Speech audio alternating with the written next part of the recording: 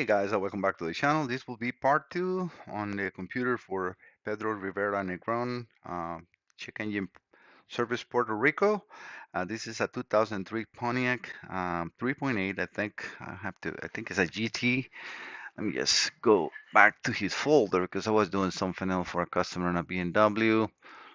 Go back to his. Hopefully I still got it open. No, give me 1 second, guys. All right, yes, it is a 2003 Pontiac. So the customer concern is AC clutch activation. So I have the component removed. I mark his with an AC, and I have the new replacement in there. For these, I use the Haco FR 301. This is a Saturn Soccer. It's a gun that actually heats up and it removes it no problem. These are the main connections or lines that I need to talk to that computer. We have, and you will see, I will put the link on the description for video number one.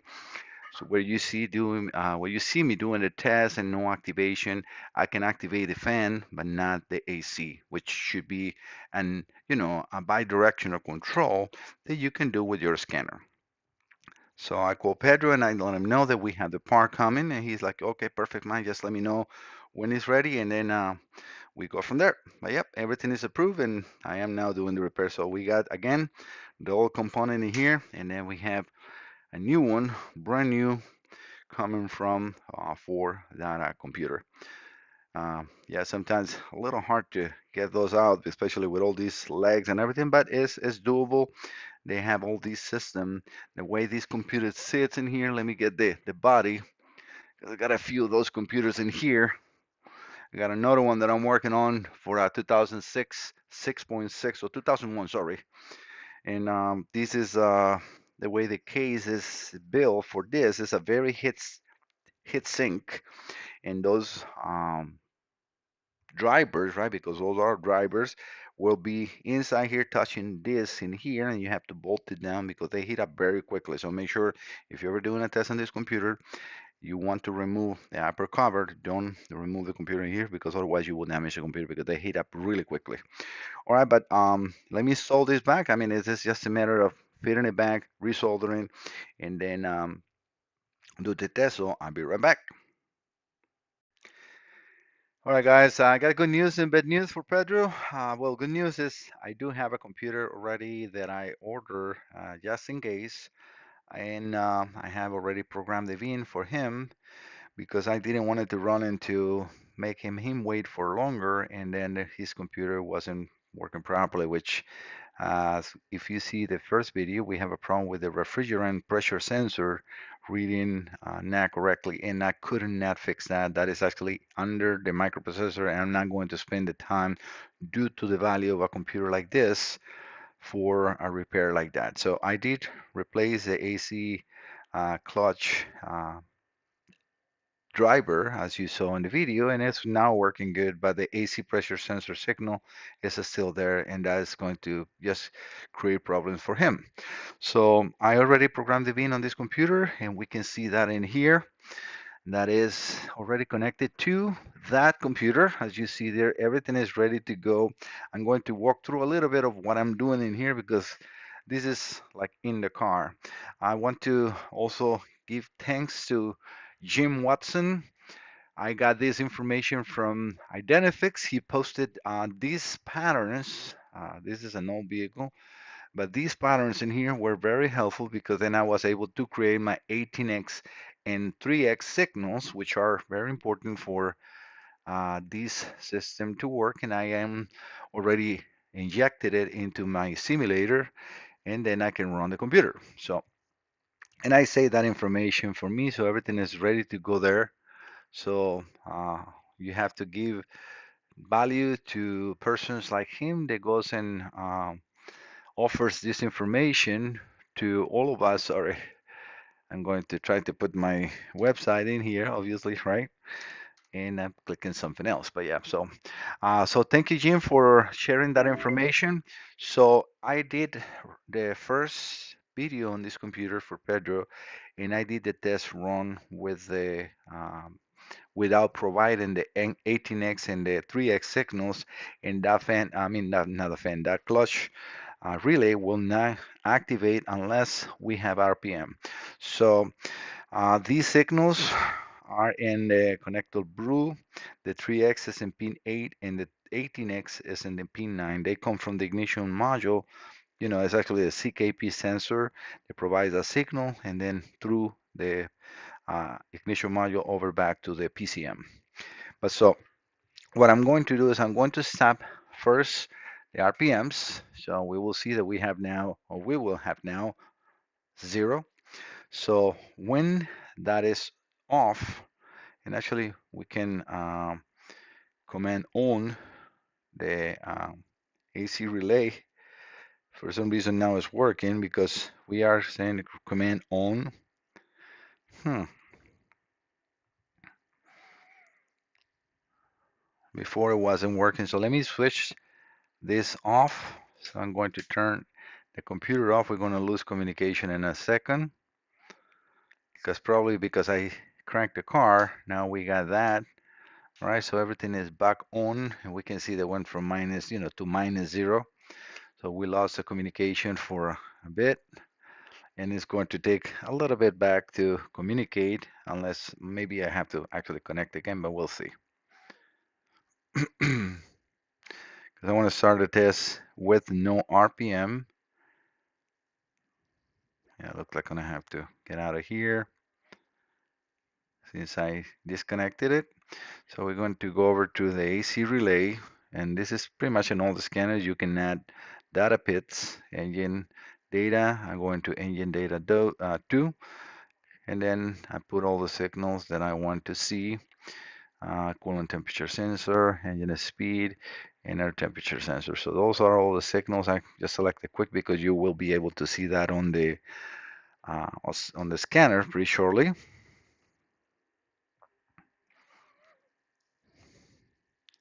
And I have a confirmation and a test light. I mark it as AC because I have also the fan one in here, as I did on the first part. But when the relay is being commanded on, even if you requested, if this signal or this, sorry, pit doesn't say on, it will not be on. So let's turn it on, and we can see how it says on in here, but the relay is not being commanded on. And it's because we haven't cranked the car. See, it's no actuation in here because everything else is good. I have the coolant temperature. I didn't touch that. We got the air intake temperature. We got the AC request. And now I can change the AC pressure signal as well, which I have through this one. So let me raise that. Okay, that's the temperature. Let me just remember, where do I have that one? Um, this should be here. Yes, you can see that right now I got 119 psi on the AC pressure sensor, and I can see the voltage. That voltage kind of matches. I am using my TPS1 signal to do that, but I can bring that down, and then we can see the pressure going down. So this computer is reading properly, not a problem at all. So we got no AC actuation, and this is how I was doing on the first video, and that's what I want to correct that part because it's incorrect information, and I want to make sure that if somebody's trying to perform this test, it doesn't get burned because I give the wrong recommendation. So now I'm going to supply the 18X and the 3X signal, and now we have the RPM. I gotta get to the off, turn it off, and then turn it back on. And now we will see how this goes into on, and we got the test light confirmation. So this computer is working 100%. And it seems like after you already selected on, you can turn the vehicle off because if I turn no RPMs right now, there is no signal. We can see the speed going into off, I mean into 0, and it's still the command relay is still there, and we can see the test light on. If I turn it off, it's off. If I turn it back on, it goes to the on position. So it needs to be cranked in order to work. And I didn't do that on the first video. But then if I get out of here and I try to do that, as you saw, if I turn the computer off and I turn it back on, I have to actually crank the car for this to work.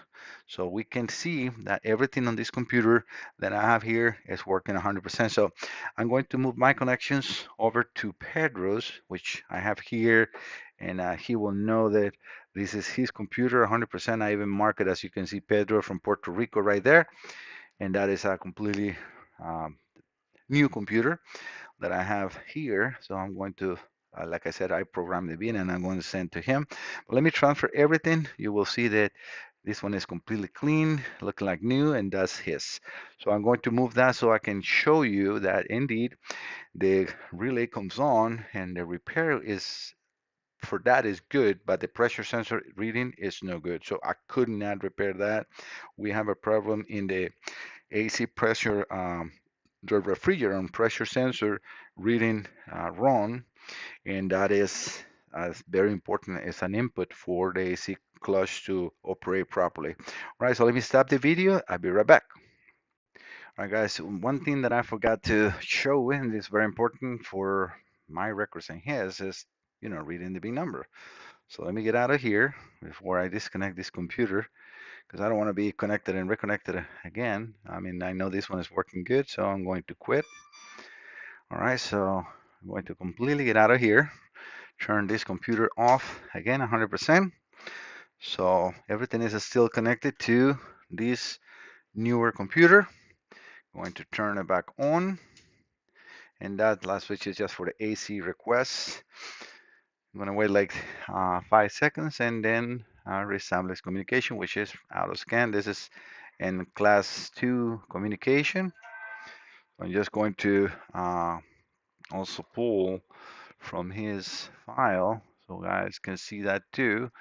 His bin number should end in F121155, and as you can see we have F121155, so the bin number matches exactly what we have here. So that is his original bin number and everything is good to go. So I'm going to stop 1 second, do the transfers of the connections, and then show you why his is no good. Okay, be right back.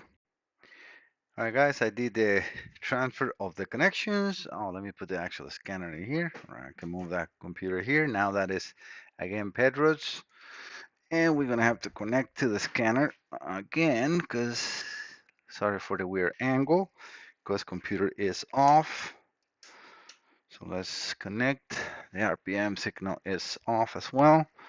So let's do the auto scan to make sure we are with good communication. Everything stayed exactly the same. I just moved pin by pin to make sure that I match everything. So it should be a quick test. All right, so we got the Grand Prix and again F12 1155, so it's the same big number. We're going to go over to the scanner.